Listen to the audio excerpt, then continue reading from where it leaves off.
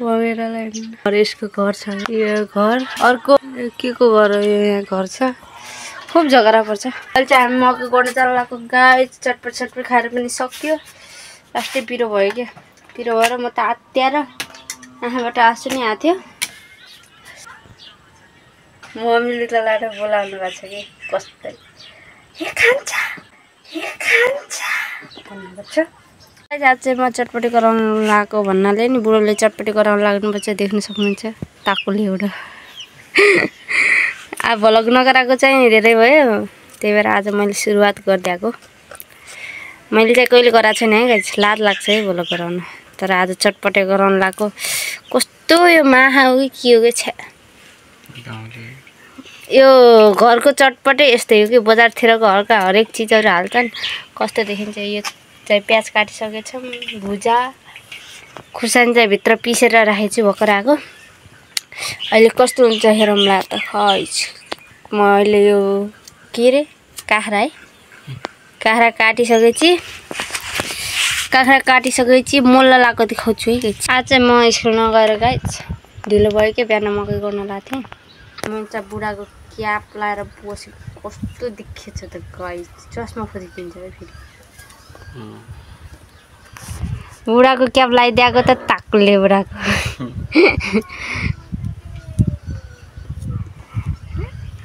आज स्कुल नगएर नि यही भइछ ज्यालै छ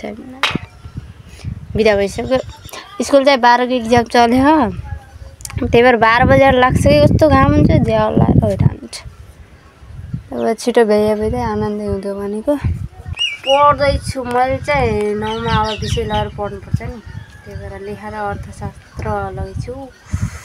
कस्तो हुन्छ अब सिकेर बाटाबाट लग्ने भनेको थिएँ पहिला अब मेरो सब साथीहरूले त्यही लेखाएर अर्थशास्त्र लग्यो नि के हुन्छ भन्न जान्दैन भाइ म त त्यो किताबको नाम आज लाग्छ कि फेरि मलाई हाम्रो मम्मी चाहिँ अथरा पसेर बोल्नु लाग्यो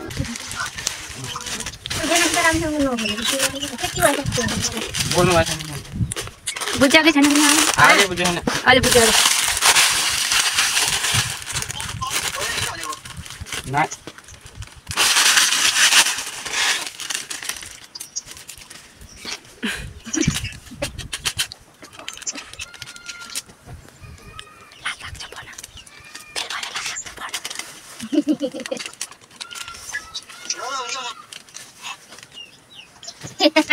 गर्नु कस्तो गर्छ यो एउटा मान्दैन अहिले चाहिँ बनिसकेको छ चटपटे बजारको जस्तो कहाँ बनाउने हो र लेदोसित छैन तर मिठो छ है यस्तो हुँदैन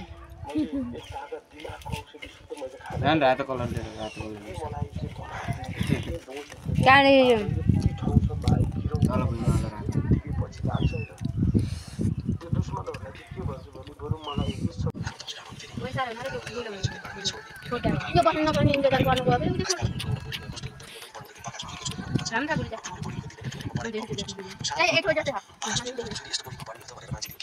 मिठाई गाइस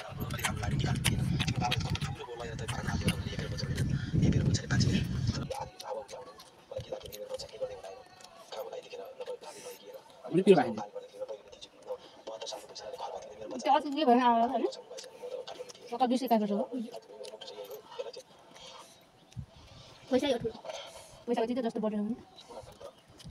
पैसा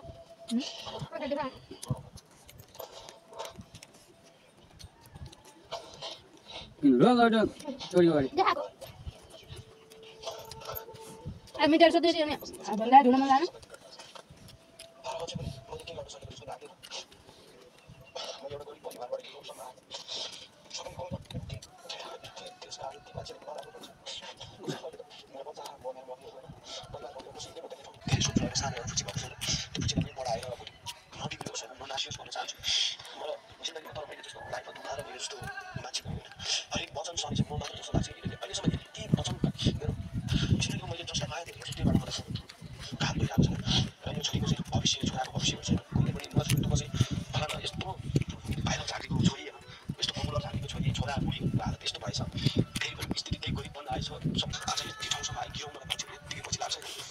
दुश्मनहरूलाई चाहिँ के भन्छु भने बरु मलाई रिस छ भने बरु आएर मलाई मार होइन एक हप्ता कतै मारिदियो भन भिखालेर मार्यो तर मेरो परिवारसँग चाहिँ कोही पनि आउने क्या मेरो बुढी आमा छैन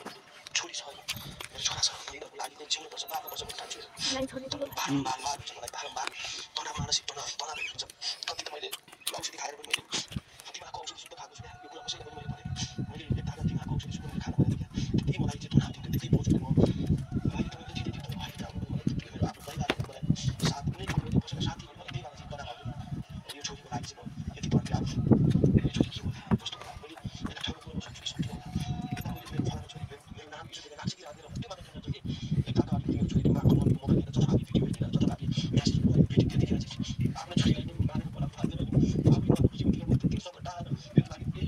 पनि सोचेँ कि मेरो लागि चाहिँ मेरो बच्चा छ ठुलो मान्छे यसको लागि म त्योसँग दुःख गरेको छु यो छोरीको लागि चाहिँ मैले हरेकको लागि रुन्छु मेरो परिवारको लागि रुन्छु मेरो आमाको लागि रुन्छु म अरूको लागि म रुन्दिनँ कहिले पनि रुन्दिनँ यसलाई के नहोस् भने मेरो सोच चाहिँ अहिले बिचमा मैले त बिरामी निक्लियो ढाड दुख्छ बाबा मेरो कमर दुख्छ बाबा भन्दै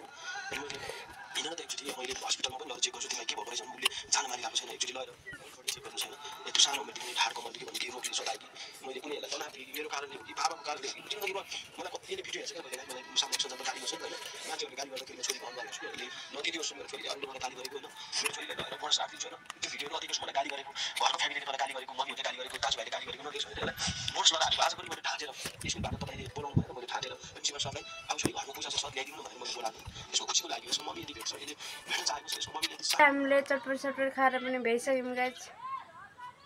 तिम्रो चाहिँ रातै भएछ कि अहिले चाहिँ हामी मकै गोड्न जानु लाग्यो ऊ पर ऊ त्यो घर छ ऊ त्यो जानु लाग्यो बगेरालाई हेर्नु यसले चाहिँ यहाँ उसलाई छ कि घर यसको घर छ यो घर अर्को के को घर हो के को घर हो यो यहाँ घर छ खुब झगडा पर्छ चाहिँ हामी मकै गोड्न जानु लाग्यो गाई चटपट खाएर पनि सक्यो लास्टै पिरो भयो क्या पिरो भएर म त आत्याएर आँखाबाट आँसु नि आएको थियो अहिले चाहिँ चक्लेट खाएर अलि सन्चो भएको छ मम्मीले त लाएर बोलाउनु भएको छ कि कस्तो खान्छ भन्नुभएको छ हामी चाहिँ जान्छौँ है गाइस